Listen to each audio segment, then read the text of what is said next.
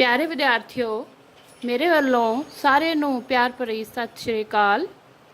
अज असीं ਸਾਹਿਤਕ किरना पाठ पुस्तक की कविता मान पंजाबी दा करांगे, जिसके कवि हैं कुलवंत सिंह रफीक। इस कविता विच कवि ने सानू अपनी पंजाबी बोली प्रति बहुत ही मान सत्कार करन लई कहा है। उन्होंने सानू दस्सिया है कि जेकर असी ही अपनी भाषा का सत्कार नहीं करांगे तो होर कौन करेगा। इस करके इस भाषा का इस चंगी तरीके नाल इस तरह से सत्कार करना है कि देखण वाला हर कोई कह उठे कि वाह कितना मान सत्कार है इस भाषा का। क्यों? क्योंकि ये जो भाषा है बहुत ही मिठी भाषा है, बहुत ही पुरानी साडे गुरुआं पीरां दी वरसाई हुई ये भाषा है। इस करके सानू सारिਆਂ ਨੂੰ इस भाषा का सत्कार करना चाहिए है। तो हुण शुरू करते हाँ कविता की प्रसंग व्याख्या।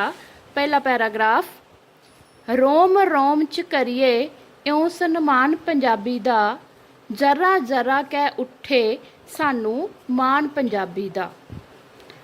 इस बोली विच मां वर्गी ममता दी बख्शिश है, तपदे हिरदे ठारन वाली ज्यों क्यों कोई बारिश है। रब्बी उस्तत वांगू है गुणगान पंजाबी दा, जरा जरा कह उठे सानू मान पंजाबी दा। इस पैराग्राफ विच कवि सानू की कह रहा है कि सानू पंजाबी भाषा का जो सन्मान है, मान सन्मान है, वो अपने हर एक रोम रोम दे विच करना है। मान सत्कार पूरा उसनू देना है ताकि उससे इन्ने उच्चे मान सम्मान नू देख के हर कोई कह सके कि सानू इस भाषा का इस भाषा ते बहुत मान है। कि ना इस बोली विच पंजाब अपनी माँ वर्गी ममता की बख्शिश है। जिस तरह माँ की ममता जो है अमुल होंदी है, उसका कोई मुल नहीं हुंदा, इसी तरह ही पंजाबी बोली जो है बहुत ही मिठ बोली भाषा है, इसका कोई मुल नहीं है। टपदे हिरदे ठारन वाली ज्यों क्यों बारिश है। जिस तरह एक बहुत लंबे समय की गर्मी तो बाद बारिश होंदी है तो सारी धरती जो है ठंडी हो जाती है, सब दे मन जो है ठर जाते हैं। इसी तरह पंजाबी बोली विच भी इन्नी शक्ति है कि सब दे तपदे होए हिरदियां नू दिलां नू ठंडक देंदी है।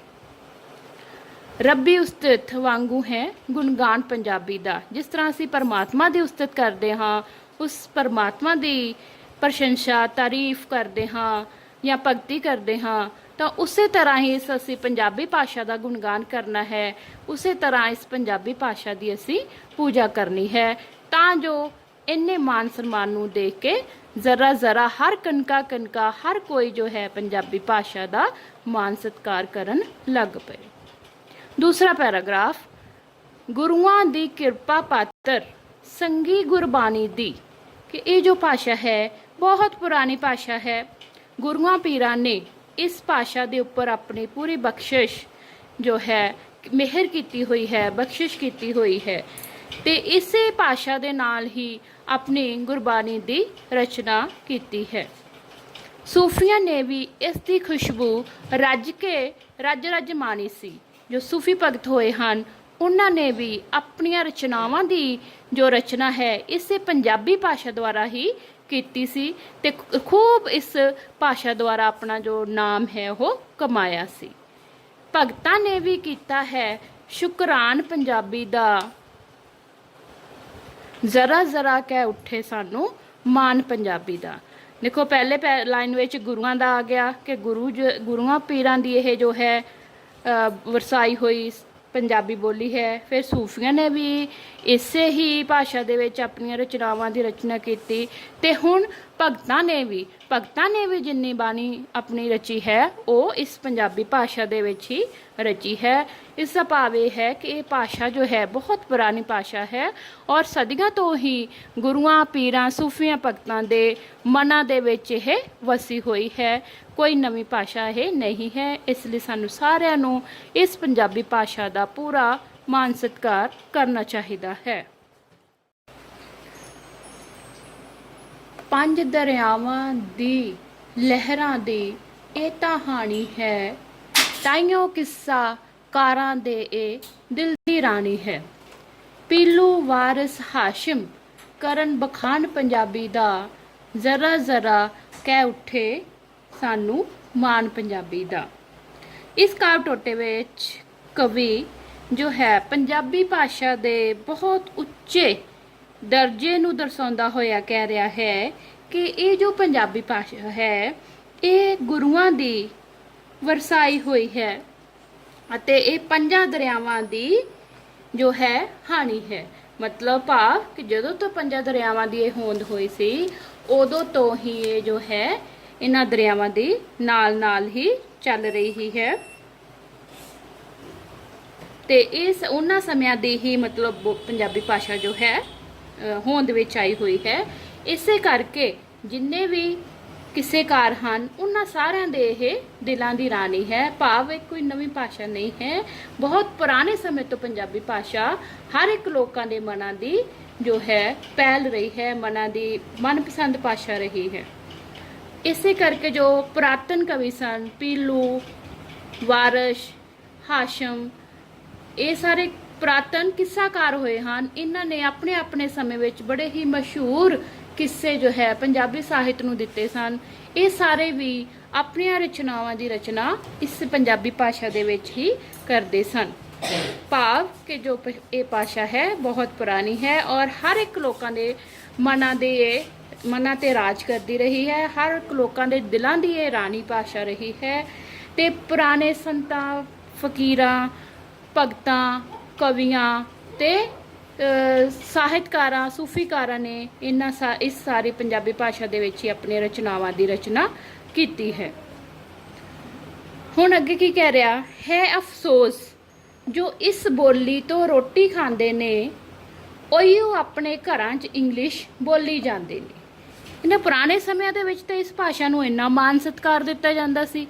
ਹਰ ਕੋਈ ਬੰਦਾ ਜੋ ਵੀ ਕਿਸੇ ਵੀ ਕਿੱਸੇ ਜਾਂ ਕਿਸੇ ਵੀ ਕਹਾਣੀਕਾਰ ਸੀ ਜਾਂ ਕੋਈ ਕਵਿਤਾਕਾਰ ਸੀ, ਕੋਈ ਵੀ ਸੀ, ਉਹ ਇਸ ਭਾਸ਼ਾ ਦੇ ਵਿੱਚ ਹੀ ਆਪਣੀਆਂ ਰਚਨਾਵਾਂ ਦੀ ਰਚਨਾ ਕਰਦਾ ਸੀ। ਪਰ ਅੱਜ ਕੱਲ੍ਹ ਉਸਨੂੰ ਇਹ ਬਹੁਤ ਅਫਸੋਸ ਹੋ ਰਿਹਾ ਹੈ ਕਿ ਜਿਹੜੇ ਲੋਕ ਇਸ ਭਾਸ਼ਾ ਤੋਂ ਰੋਟੀ ਖਾਂਦੇ ਹਨ, ਭਾਵ ਜਿਨ੍ਹਾਂ ਲੋਕਾਂ ਵਾਸਤੇ ਇਹ ਭਾਸ਼ਾ ਜੋ ਹੈ ਇੱਕ ਰੁਜ਼ਗਾਰ ਦਾ ਸਾਧਨ ਬਣੀ ਹੋਈ ਹੈ, ਭਾਵ ਪੰਜਾਬ ਦੀ ਗੱਲ ਕਰ ਰਿਹਾ ਹੈ ਜਿੱਥੇ ਇਸ ਭਾਸ਼ਾ ਦਾ ਜੋ ਮਾਣ ਸਤਿਕਾਰ ਦਿਨ ਬ ਦਿਨ ਘਟਦਾ ਜਾ ਰਿਹਾ ਹੈ। ਕਹਿ ਰਹੇ ਹਨ ਕਿ ਜੋ ਲੋਕ ਇਸ ਭਾਸ਼ਾ ਤੋਂ ਰੋਟੀ ਖਾਂਦੇ ਹਨ ਉਹ ਆਪਣੇ ਘਰਾਂ ਦੇ ਵਿੱਚ ਇੰਗਲਿਸ਼ ਭਾਸ਼ਾ ਬੋਲੀ ਜਾਂਦੇ ਹਨ, ਭਾਵ ਪੰਜਾਬੀ ਦੀ ਥਾਂ ਤੇ ਉਹ ਇਸ ਭਾਸ਼ਾ ਨੂੰ ਇੰਗਲਿਸ਼ ਦੀ ਭਾਸ਼ਾ ਨੂੰ ਬੋਲਦੇ ਹਨ ਤੇ ਪੰਜਾਬੀ ਨੂੰ ਪਿੱਛੇ ਕਰੀ ਜਾ ਰਹੇ ਹਨ। ਨਾ ਸ਼ੁਕਰੇ ਜੋ ਨਹੀਂ ਮੰਨਦੇ ਅਹਿਸਾਨ ਪੰਜਾਬੀ ਦਾ। ਕਹਿੰਦਾ ਅਜਿਹੇ ਲੋਕ ਹਨ ਨਾ ਬੜੇ ਨਾਸ਼ੁਕਰੇ ਹੁੰਦੇ ਹਨ। ਨਾਸ਼ੁਕਰੇ ਕਿਸ ਨੂੰ ਕਿਹਾ ਜਾਂਦਾ ਹੈ? ਜੋ ਕਿਸੇ ਦਾ ਅਹਿਸਾਨ ਨਹੀਂ ਮੰਨਦੇ। ਦੇਖੋ ਖਾਂਦੇ ਉਹ ਇਸ ਭਾਸ਼ਾ ਦੇ ਸਿਰ ਤੋਂ ਹਨ, ਪੰਜਾਬੀ ਭਾਸ਼ਾ ਦੇ ਸਿਰ ਤੋਂ ਹਨ, ਪਰ ਫਿਰ ਪਸੰਦ ਕਿਹਨੂੰ ਕਰਦੇ ਹਨ? ਘਰਾਂ ਵਿੱਚ ਬੋਲਦੇ ਕਿਹੜੀ ਭਾਸ਼ਾ ਹੈ? ਅੰਗਰੇਜ਼ੀ ਭਾਸ਼ਾ ਬੋਲਦੇ ਹਨ। ਇਸ ਕਰਕੇ ਕਵੀ ਨੇ ਉਹਨਾਂ ਨੂੰ ਨਾਸ਼ੁਕਰਿਆਂ ਦੇ ਨਾਲ ਸੰਬੋਧਿਤ ਕੀਤਾ ਹੈ ਜੋ ਕਿ ਆਪਣੀ ਭਾਸ਼ਾ ਦੀ ਮਹੱਤਤਾ ਨੂੰ ਨਹੀਂ ਜਾਣਦੇ, ਉਸ ਦਾ ਅਹਿਸਾਨ ਨਹੀਂ ਮੰਨਦੇ ਤੇ ਉਹ ਸਿਰਫ ਅੰਗਰੇਜ਼ੀ ਦੇ ਪਿੱਛੇ ਲੱਗੇ ਹੋਏ ਹਨ। ਇਹਦਾ ਸਾਨੂੰ ਆਪਣੀ ਭਾਸ਼ਾ ਦਾ ਸਤਿਕਾਰ ਇਸ ਤਰ੍ਹਾਂ ਕਰਨਾ ਚਾਹੀਦਾ ਹੈ ਕਿ ਜ਼ਰਾ ਜ਼ਰਾ ਜੋ ਹੈ ਇਸ ਧਰਤੀ ਦਾ ਕਣਕਾ ਕਿਣਕਾ ਜੋ ਹੈ ਇਸ ਭਾਸ਼ਾ ਦਾ ਸਨਮਾਨ ਕਰੇ। ਹਰ ਦਫ਼ਤਰ ਵਿੱਚ ਇਸ ਨੂੰ ਕਦੇ ਨਾ ਇੱਜ਼ਤ ਮਿਲਦੀ ਹੈ। ਇਹਦਾ ਪੰਜਾਬ ਦੇ ਵਿੱਚ ਚਲੇ ਜਾਓ, ਵੈਸੇ ਤਾਂ ਇਹਨਾਂ ਨੇ ਭਾਸ਼ਾ ਜੋ ਹੈ ਪੰਜਾਬੀ ਦਫ਼ਤਰੀ ਭਾਸ਼ਾ ਕੀਤੀ ਹੋਈ ਹੈ, ਪਰ ਜੋ ਸਰਕਾਰਾਂ ਹਨ ਇਸ ਵੱਲ ਕੋਈ ਜ਼ਿਆਦਾ ਧਿਆਨ ਨਹੀਂ ਦੇ ਰਹੀਆਂ ਕਿ ਕਿਹੜੀ ਜਗ੍ਹਾ ਤੇ ਪੰਜਾਬੀ ਭਾਸ਼ਾ ਨੂੰ ਦਫ਼ਤਰ ਦੇ ਵਿੱਚ ਪ੍ਰਯੋਗ ਕੀਤਾ ਜਾਂਦਾ ਹੈ ਜਾਂ ਕਿੱਥੇ ਨਹੀਂ ਕੀਤਾ ਜਾਂਦਾ। ਕੋਈ ਵੀ ਇਸ ਵੱਲ ਖਾਸ ਧਿਆਨ ਨਹੀਂ ਦਿੰਦੇ। ਇਸ ਰਾਣੀ ਨੂੰ ਆਪਣੇ ਘਰ ਹੀ ਜ਼ਿੱਲਤ ਮਿਲਦੀ ਹੈ। ਜ਼ਿੱਲਤ ਮਤਲਬ ਕਿ ਜਿਸ ਨੂੰ ਬਹੁਤ ਹੀ ਬਦਨਾਮੀ ਮਿਲਦੀ ਹੈ ਜਾਂ ਮਤਲਬ ਨਮੋਸ਼ੀ ਮਿਲਦੀ ਹੈ, ਹਾਰ ਮਿਲਦੀ ਹੈ। ਕਹਿੰਦਾ ਦਫ਼ਤਰਾਂ ਦੇ ਵਿੱਚ ਇਸ ਭਾਸ਼ਾ ਨੂੰ ਇੱਜ਼ਤ ਨਹੀਂ ਦਿੱਤੀ ਜਾਂਦੀ, ਮਤਲਬ ਮਾਣ ਸਤਿਕਾਰ ਨਹੀਂ ਦਿੱਤਾ ਜਾਂਦਾ, ਨਹੀਂ ਬੋਲਿਆ ਜਾਂਦਾ। ਔਰ ਜਦੋਂ ਕਿਸੇ ਸਮੇਂ ਵਿੱਚ ਇਹ ਭਾਸ਼ਾ ਜੋ ਹੈ ਰਾਣੀ ਭਾਸ਼ਾ ਮੰਨਿਆ ਜਾਂਦਾ ਸੀ ਤੇ ਹੁਣ ਇਸ ਨੂੰ ਆਪਣੇ ਘਰ ਦੇ ਵਿੱਚ ਹੀ ਬੜੀ ਹੀ ਨਮੋਸ਼ੀ ਦਾ ਸਾਹਮਣਾ ਕਰਨਾ ਪੈਂਦਾ ਹੈ, ਕਿਉਂਕਿ ਜੋ ਲੋਕ ਹਨ ਉਹ ਆਪਣੀ ਇਸ ਮਾਂ ਬੋਲੀ ਨੂੰ ਭੁੱਲਦੇ ਜਾ ਰਹੇ ਹਨ। ਖਾਂਦੇ ਇਸ ਭਾਸ਼ਾ ਦੇ ਸਿਰ ਤੋਂ ਹਨ ਪਰ ਪਹਿਲ ਜੋ ਹੈ ਦੂਸਰੀਆਂ ਭਾਸ਼ਾਵਾਂ ਨੂੰ ਦਿੰਦੇ ਹਨ। कद कुर्सी चों गूंजेगा फरमान पंजाबी दा, जरा जरा कै उठे सानू मान पंजाबी दा। कवि हुण ये आस कर रहा है कि कदों सरकारां इस चीज़ वाल ध्यान देणगियां कि पंजाबी भाषा नू एक लाजमी पंजाबी बोलण वाली भाषा बनाया जाए। ये जरूरी कर दिता जाए कि पंजाब दे विच रहन वाला हर एक वासी, हर एक वसनीक इसे भाषा दे विच ही गल करेगा और अपने जो रोजाना दे कार विहार हैं वो भी इसे भाषा दे विच ही करेगा। वो ये जो कवि है सरकारां तो इस चीज़ की उम्मीद करता है। इस करके कह रहा है कि ज़रा ज़रा जो है वो अपने पंजाबी भाषा का सत्कार करे ताकि सब लोग जो है इस भाषा का मान सत्कार करन। इस पैराग्राफ में हुण कवि अगे सानू की समझा रहा है, बेगानी अंग्रेजी नू असी जफ्फियां पाउंदे हां, हिंदी मासी नू भी झुक झुक सीस निवाउंदे हां। पहले पैरों में कवि ने जिस तरह सानू दस्या है कि पंजाबी दी जो कदर है, पंजाबी भाषा की कदर दिन ब दिन घटती जा रही है तो लोग अंग्रेजी भाषा नू ज़्यादा तरजीह देन लग पे हैं, ज़्यादा प्रैफरेंस देन लग पे हैं, महत्ता ज़्यादा देन लग पे हैं। तो हुण कह रहा कि असीं जिस तरह अंग्रेजी भाषा नू कहंदा जफ्फियां पाउंदे हाँ, मतलब वो सानू भाषा बहुत अच्छी लगती है। तो अंग्रेजी तो बाद फिर नंबर आउंदा है हिंदी का, जो कि साडी ही नाल दी एक भाषा है जिसनों असी हिंदी भाषा नूं असी मासी का दर्जा दिता है। तो क्या कि हिंदी मासी नूं भी चुक चुक सीस नवाउंदे हाँ, मतलब सारियां होर भाषावां दी असी इज्जत करते हाँ। अंग्रेजी जिन्हों आ जाती है वो तो अपने आप नूं कहंदा कि मेरे वर्गा कोई बंदा ही नहीं है। तो उस तो बाद हिंदी बोलने वाले भी अपने आप नूं बड़ा समझते हैं, पर जो अपनी भाषा का सत्कार नहीं करता तो वह किसी भी भाषा का अपने दिलों सत्कार नहीं कर सकता। कहना माँ रुलदी पुत करदा ना कोई ध्यान पंजाबी दा, जरा जरा कह सके कह उठे सानू मान पंजाबी दा।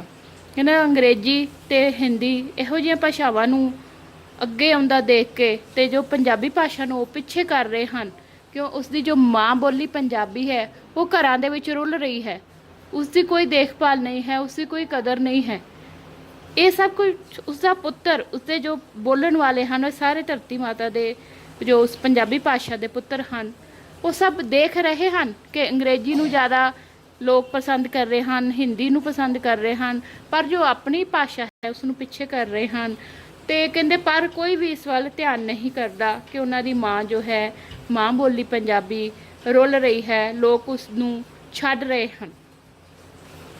घर तो माँ दे नाल ही सोहना सोहना लगता है। कहना जिन्नियां मर्जी घर दे विच औरतां होण, भावें मासी होवे कोई भी होवे, पर जेकर सानू घर दे विच अपनी माँ ना दिखे तो वो सानू घर चंगा नहीं लगता। कहंदा कि इसलिए कवि ने कहा है कि घर तो माँ दे नाल ही सोहना सोहना लगता है, मासी भी जे नाल होवे तो होर भी फबदा है। शाला वसदा रवे हमेश जहान पंजाबी दा, जरा जरा कह उठे सानू मान पंजाबी दा। कि जेकर घर दे विच माँ ना होवे तो सानू घर चंगा नहीं लगता, माँ दे नाल ही घर सोहना जापदा है, और घर दे विच जेकर साडी मासी आई होवे तो होर भी अच्छा लगता है। पर मासी भी तां ही अच्छी लगती है जेकर नाल साडी माँ होवे। ते माँ साडी कौन है? साडी माँ बोली पंजाबी की गल की जा रही है कि जेकर असी बनदा सत्कार अपनी भाषा नूं देवांगे तो ही होर भाषावां सानूं चंगियां लगणगियां। इस करके कह रहा है कवि कि इस पंजाबी भाषा का जो जहान है सदा वसदा रहे, सदा सारे लोग जो हैं इस भाषा नूं सन्मान दिंदे रहन अते हमेशा ये सारे लोगों के दिलों की रानी बन के ही रहे। अगे कवि इस पैराग्राफ विच की कह रहा है, कुल दुनिया विच इसकी खुशबू फैली है, उजली लिशकी लिंबी पोची रता न मैली है। भाव कि इस पंजाबी नूं बोलण वाले पूरे संसार विच पूरे दुनिया दे विच फैले हुए हैं ते ये भाषा जो है बहुत ही साफ सुथरी लिशकी लिंबी पोची मीन्स बड़ी ही साफ सुथरी है, बिल्कुल भी मैली नहीं है। पद्म श्री पात्र है कवि महान पंजाबी दा, जरा जरा कह उठे सानू मान पंजाबी दा। पद्म श्री जो ਪਾਤਰ ਸੁਰਜੀਤ ਪਾਤਰ ਹੈ ਜੋ ਪੰਜਾਬੀ ਦਾ ਇੱਕ ਮਹਾਨ ਕਵੀ ਹੋਇਆ ਹੈ, ਉਹਨਾਂ ਨੇ ਵੀ ਇਸੇ ਭਾਸ਼ਾ ਦੁਆਰਾ ਆਪਣੀਆਂ ਰਚਨਾਵਾਂ ਲਿਖ ਕੇ ਪਦਮ ਸ਼੍ਰੀ ਦਾ ਪੁਰਸਕਾਰ ਪ੍ਰਾਪਤ ਕੀਤਾ ਹੈ। ਇਸ ਕਰਕੇ ਸਾਨੂੰ ਪੰਜਾਬੀ ਭਾਸ਼ਾ ਦਾ ਪੂਰਾ ਮਾਣ ਸਤਿਕਾਰ ਕਰਨਾ ਚਾਹੀਦਾ ਹੈ ਤੇ ਇਸ ਦਾ ਬਣਦਾ ਜੋ ਸਤਿਕਾਰ ਹੈ ਉਹ ਦੇਣਾ ਚਾਹੀਦਾ ਹੈ। ਹਰ ਇੱਕ ਸੁੱਖ ਪੰਜਾਬ ਦੀ ਧਰਤੀ ਤੇ ਪਾਉਂਦੇ ਨੇ, ਮਾਂ ਬੋਲੀ ਲਿਖਵਾਉਣ ਵੇਲੇ ਕਿਉਂ ਘਬਰਾਉਂਦੇ ਨੇ। ਕਹਿੰਦੇ ਜਿਹੜੇ ਪੰਜਾਬ ਦੀ ਧਰਤੀ ਤੇ ਲੋਕ ਰਹਿ ਰਹੇ ਹਨ ਉਹ ਹਰ ਇੱਕ ਸੁੱਖ ਜੋ ਹੈ ਉਹ ਇਸੇ ਭਾਸ਼ਾ ਦੀ ਬਦੌਲਤ ਪਾ ਰਹੇ ਹਨ, ਇਸ ਭਾਸ਼ਾ ਦੇ ਨਾਲ ਕਮਾਈਆਂ ਕਰ ਰਹੇ ਹਨ, ਪੜ੍ਹ ਰਹੇ ਹਨ। ਪਰ ਜਦੋਂ ਉਹਨਾਂ ਨੇ ਇਸ ਭਾਸ਼ਾ ਨੂੰ ਅੱਗੇ ਵਧਾਉਣਾ ਹੁੰਦਾ ਹੈ ਤਾਂ ਫਿਰ ਉਹ ਪਿੱਛੇ ਹੋ ਜਾਂਦੇ ਹਨ। ਕਿਉਂ? ਉਹਨਾਂ ਨੂੰ ਸ਼ਰਮ ਮਹਿਸੂਸ ਹੁੰਦੀ ਹੈ ਕਿ ਅਸੀਂ ਪੰਜਾਬੀ ਭਾਸ਼ਾ ਬੋਲੀਏ। ਉਹਨਾਂ ਨੂੰ ਇੰਗਲਿਸ਼ ਬੋਲਣ ਵਿੱਚ ਬੜਾ ਫਕਰ, ਬੜਾ ਮਾਣ ਮਹਿਸੂਸ ਹੁੰਦਾ ਹੈ। ਇਸ ਤੋਂ ਬਾਅਦ ਹਿੰਦੀ ਬੋਲਣ ਵਿੱਚ ਵੀ ਉਹ ਬੜਾ ਮਾਣ ਮਹਿਸੂਸ ਕਰਦੇ ਹਨ, ਪਰ ਆਪਣੀ ਭਾਸ਼ਾ ਬੋਲਣ ਵਾਲੇ ਵੇਲੇ ਉਹਨਾਂ ਨੂੰ ਬੜੀ ਸ਼ਰਮ ਮਹਿਸੂਸ ਹੁੰਦੀ ਹੈ। ਕਹਿੰਦਾ ਇਹੋ ਜਿਹੇ ਜੋ ਲੋਕ ਹਨ ਨਾ, ਉਹ ਸਭ ਤੋਂ ਵੱਡਾ ਨੁਕਸਾਨ ਕਰ ਰਹੇ ਹਨ ਪੰਜਾਬੀ ਭਾਸ਼ਾ ਦਾ, ਕਿ ਉਹ ਆਪਣੀ ਭਾਸ਼ਾ ਨੂੰ ਪਿੱਛੇ ਕਰਕੇ ਦੂਸਰੀਆਂ ਭਾਸ਼ਾਵਾਂ ਨੂੰ ਅੱਗੇ ਲਿਆ ਰਹੇ ਹਨ। ਦੂਜੀਆਂ ਭਾਸ਼ਾ ਵੀ ਜ਼ਰੂਰੀ ਹਨ ਸਾਡੇ ਵਾਸਤੇ, ਪਰ ਆਪਣੀ ਭਾਸ਼ਾ ਜੋ ਹੈ ਸਭ ਤੋਂ ਉੱਪਰ ਹੋਣੀ ਚਾਹੀਦੀ ਹੈ, ਉਸ ਦਾ ਸਤਿਕਾਰ ਜੋ ਹੈ ਸਭ ਤੋਂ ਜ਼ਿਆਦਾ ਹੋਣਾ ਚਾਹੀਦਾ ਹੈ। ਅਗਲੇ ਪੈਰਾਗ੍ਰਾਫ ਵਿੱਚ ਕਵੀ ਕਹਿ ਰਿਹਾ ਹੈ, ਉਂਝ ਤਾਂ ਸਾਰੀ ਦੁਨੀਆ ਵਿੱਚ ਹੈ ਧਾਕ ਪੰਜਾਬੀ ਦੀ। ਧਾਕ ਮਤਲਬ ਕਿ ਬੜਾ ਉੱਚਾ ਉਸਨੇ ਮਤਲਬ ਆਪਣਾ ਇੱਕ ਮੁਕਾਮ ਹਾਸਿਲ ਕੀਤਾ ਹੋਇਆ ਹੈ, ਇੱਕ ਅੱਛੀ ਰੈਪੂਟੇਸ਼ਨ ਬਣਾਈ ਹੋਈ ਹੈ। ਇਹਨਾਂ ਉਂਝ ਤਾਂ ਸਾਰੀ ਦੁਨੀਆ ਵਿੱਚ ਹੈ ਧਾਕ ਪੰਜਾਬੀ ਦੀ, ਲੱਚਰ ਗੀਤਾਂ ਕੀਤੀ ਮੈਲੀ ਸਾਖ ਪੰਜਾਬੀ ਦੀ। ਇਹਨਾਂ ਹੁਣ ਜਿਸ ਤਰ੍ਹਾਂ ਇਸਨੇ ਵਧੀਆ ਰੈਪੂਟੇਸ਼ਨ ਆਪਣੀ ਬਣਾਈ ਹੋਈ ਸੀ, ਇੱਕ ਰੁਤਬਾ ਬਣਾਇਆ ਹੋਇਆ ਸੀ ਸਾਰੀ ਦੁਨੀਆ ਦੇ ਵਿੱਚ, ਪਰ ਅੱਜ ਕੱਲ੍ਹ ਦੇ ਜੋ ਗੀਤਕਾਰ ਹਨ ਉਹਨਾਂ ਨੇ ਮਾੜੇ ਘਟੀਆ ਕਿਸਮ ਦੇ ਜੋ ਗੀਤ ਗਾ ਗਾ ਕੇ ਇਸ ਪੰਜਾਬੀ ਦੀ ਜੋ ਸਾਖ ਸੀ, ਜੋ ਰੁਤਬਾ ਸੀ, ਉਸ ਨੂੰ ਮੈਲਾ ਕਰ ਦਿੱਤਾ ਹੈ। ਗੁਰੂਆਂ ਪੀਰਾਂ ਦੀ ਇਹ ਭਾਸ਼ਾ ਹੈ ਤੇ ਉਹਨਾਂ ਨੇ ਆਪਣੇ ਗੰਦੇ ਗਾਣਿਆਂ ਦੇ ਨਾਲ ਇਸ ਨੂੰ ਗੰਦਾ ਕਰ ਦਿੱਤਾ ਹੈ। ਉਹ ਕਵੀ ਲੋਕਾਂ ਨੂੰ ਕਹਿ ਰਿਹਾ ਹੈ, ਗੀਤਕਾਰਾਂ ਨੂੰ ਕਹਿ ਰਿਹਾ ਹੈ, ਇਹਨਾਂ ਅੱਜ ਦੇ ਨੌਜਵਾਨ ਗਾਇਕਾਂ ਨੂੰ ਕਹਿ ਰਿਹਾ ਹੈ ਕਿ ਸਾਨੂੰ ਇਸ ਤਰ੍ਹਾਂ ਦੇ ਗਾਣੇ ਨਹੀਂ ਗਾਉਣੇ ਚਾਹੀਦੇ। ਮਾਂ ਬੋਲੀ ਦੇ ਵਿੱਚ ਅਜਿਹੇ ਸੋਹਣੇ ਮਿੱਠੇ ਗੀਤ ਗਾਉਣੇ ਚਾਹੀਦੇ ਹਨ ਤਾਂ ਜਿਨ੍ਹਾਂ ਦਾ ਹਰ ਕੋਈ ਸਨਮਾਨ ਕਰੇ, ਹਰ ਕੋਈ ਇਹਨਾਂ ਗੀਤਾਂ ਨੂੰ ਸੁਣਨਾ ਪਸੰਦ ਕਰੇ। ਕਿ ਨਾ ਸੋਹਣੇ ਗੀਤਾਂ ਸੰਗ ਕਰੀਏ ਸਨਮਾਨ ਪੰਜਾਬੀ ਦਾ, ਜਰਾ ਜਰਾ ਸਨਮਾਨ ਪੰਜਾਬੀ ਦਾ, ਜ਼ਰਾ ਜ਼ਰਾ ਕਹਿ ਉੱਠੇ ਸਾਨੂੰ ਮਾਣ ਪੰਜਾਬੀ ਦਾ। ਕਿ ਸਾਨੂੰ ਜੋ ਹੈ ਗਾਇਕਾਂ ਨੂੰ ਮਾੜੇ ਗੀਤ ਨਹੀਂ ਗਾਉਣੇ ਚਾਹੀਦੇ, ਵਧੀਆ ਗੀਤ ਗਾ ਕੇ ਇਸ ਪੰਜਾਬੀ ਭਾਸ਼ਾ ਦਾ ਸਨਮਾਨ ਕਰਨਾ ਚਾਹੀਦਾ ਹੈ। ਲਾਸਟ ਪੈਰਾਗ੍ਰਾਫ ਵਿੱਚ ਕਵੀ ਕਹਿ ਰਿਹਾ ਹੈ, ਮੈਨੂੰ ਇਸਨੇ ਕਵਿਤਾ ਲਿਖਣੀ ਜਦ ਸਿਖਲਾਈ ਸੀ। ਕੀ ਕਹਿ ਰਿਹਾ ਹੈ ਕਿ ਜਦੋਂ ਉਸਨੇ ਇਸ ਪੰਜਾਬੀ ਭਾਸ਼ਾ ਦੇ ਵਿੱਚ ਕਵਿਤਾਵਾਂ ਦੀ ਰਚਨਾ ਕਰਨੀ ਸ਼ੁਰੂ ਕੀਤੀ ਸੀ, ਜੀਵਨ ਮੇਰੇ ਨੇ ਸੱਚਮੁੱਚ ਲਈ ਅੰਗੜਾਈ ਸੀ। ਕਹਿੰਦਾ ਉਸ ਨੂੰ ਉਦੋਂ ਤੋਂ ਹੀ ਲੱਗਿਆ ਸੀ ਕਿ ਉਸ ਦਾ ਜੋ ਜੀਵਨ ਹੈ ਉਹ ਸ਼ੁਰੂ ਹੋ ਚੁੱਕਾ ਹੈ। ਅਸਲ ਵਿੱਚ ਉਸਦੇ ਜੀਵਨ ਦੀ ਜੋ ਅਸਲੀ ਹੋਂਦ ਉਸ ਨੂੰ ਉਦੋਂ ਹੀ ਪ੍ਰਾਪਤ ਹੋਈ ਸੀ ਜਦੋਂ ਉਸਨੇ ਪੰਜਾਬੀ ਭਾਸ਼ਾ ਦੇ ਵਿੱਚ ਆਪਣੀਆਂ ਕਵਿਤਾ ਲਿਖਣੀਆਂ ਸ਼ੁਰੂ ਕਰ ਦਿੱਤੀਆਂ ਸਨ। ਹੋਂਦ ਰਫੀਕ ਦੀ ਮਾਨੋ ਹੈ ਵਰਦਾਨ ਪੰਜਾਬੀ ਦਾ। ਕਹਿੰਦਾ ਅੱਜ ਜੋ ਵੀ ਉਹ ਕਵੀ ਹੈ, ਜੋ ਵੀ ਉਸਦੀ ਹੋਂਦ ਹੈ, ਜੋ ਵੀ ਉਸਦੀ ਪਰਸਨੈਲਿਟੀ ਹੈ, ਇਹ ਸਾਰਾ ਕੁਝ ਪੰਜਾਬੀ ਦੇ ਵਰਦਾਨ ਦੇ ਨਾਲ ਹੀ ਹੈ। ਜੇਕਰ ਉਸਨੂੰ ਪੰਜਾਬੀ ਮਾਂ ਬੋਲੀ ਦਾ ਇਹ ਵਰਦਾਨ ਨਾ ਮਿਲਿਆ ਹੋਇਆ ਹੁੰਦਾ ਤਾਂ ਸ਼ਾਇਦ ਉਹ ਅੱਜ ਇਸ ਮੁਕਾਮ 'ਤੇ ਨਾ ਪਹੁੰਚਿਆ ਹੁੰਦਾ ਜਿਸ ਮੁਕਾਮ 'ਤੇ ਉਹ ਅੱਜ ਪਹੁੰਚਿਆ ਹੋਇਆ ਹੈ। ਇਸ ਕਰਕੇ ਕਵੀ ਜੋ ਹੈ ਸਾਰੇ ਲੋਕਾਂ ਨੂੰ ਇਹੀ ਤਾਕੀਦ ਕਰ ਰਿਹਾ ਹੈ ਕਿ ਸਾਨੂੰ ਆਪਣੀ ਮਾਤ ਭਾਸ਼ਾ ਦਾ ਤਹਿ ਦਿਲੋਂ ਸਵਾਗਤ ਕਰਨਾ ਚਾਹੀਦਾ ਹੈ, ਸਤਿਕਾਰ ਕਰਨਾ ਚਾਹੀਦਾ ਹੈ ਤੇ ਉਸ ਨੂੰ ਬੋਲਦੇ ਹੋਏ ਕਦੇ ਵੀ ਸ਼ਰਮਾਉਣਾ ਨਹੀਂ ਚਾਹੀਦਾ। ਇਸ ਦਾ ਜੋ ਬਣਦਾ ਮਾਨ ਸਤਿਕਾਰ ਹੈ ਉਹ ਸਾਨੂੰ ਇਸ ਭਾਸ਼ਾ ਨੂੰ ਦੇਣਾ ਚਾਹੀਦਾ ਹੈ। ਕਿਉਂਕਿ ਇਹ ਜੋ ਭਾਸ਼ਾ ਹੈ ਸਾਡੇ ਗੁਰੂਆਂ ਪੀਰਾਂ ਦੀ ਭਾਸ਼ਾ ਹੈ, ਸਾਡੇ ਭਗਤਾਂ ਦੀ ਭਾਸ਼ਾ ਹੈ। ਇਸ ਕਰਕੇ ਇਸ ਨੂੰ ਦੁਨੀਆ ਭਰ ਦੇ ਵਿੱਚ ਸਨਮਾਨ ਦਿਵਾਉਣ ਵਿੱਚ ਸਾਨੂੰ ਸਹਾਇਤਾ ਕਰਨੀ ਚਾਹੀਦੀ ਹੈ ਔਰ ਸੋਹਣੇ ਗੀਤ ਜੋ ਹੈ ਆਪਣੀ ਭਾਸ਼ਾ ਦੇ ਵਿੱਚ ਗਾਉਣੇ ਚਾਹੀਦੇ ਹਨ। ਇਹ ਸੀ ਇਸ ਕਵਿਤਾ ਮਾਨ ਪੰਜਾਬੀ ਦਾ ਸਾਰ ਵਿਆਖਿਆ। ਉਮੀਦ ਕਰਦੀ ਹਾਂ ਕਿ ਤੁਹਾਨੂੰ ਇਹ ਵਿਆਖਿਆ ਜੋ ਹੈ ਸਮਝ ਆ ਗਈ ਹੋਏਗੀ। ਧੰਨਵਾਦ।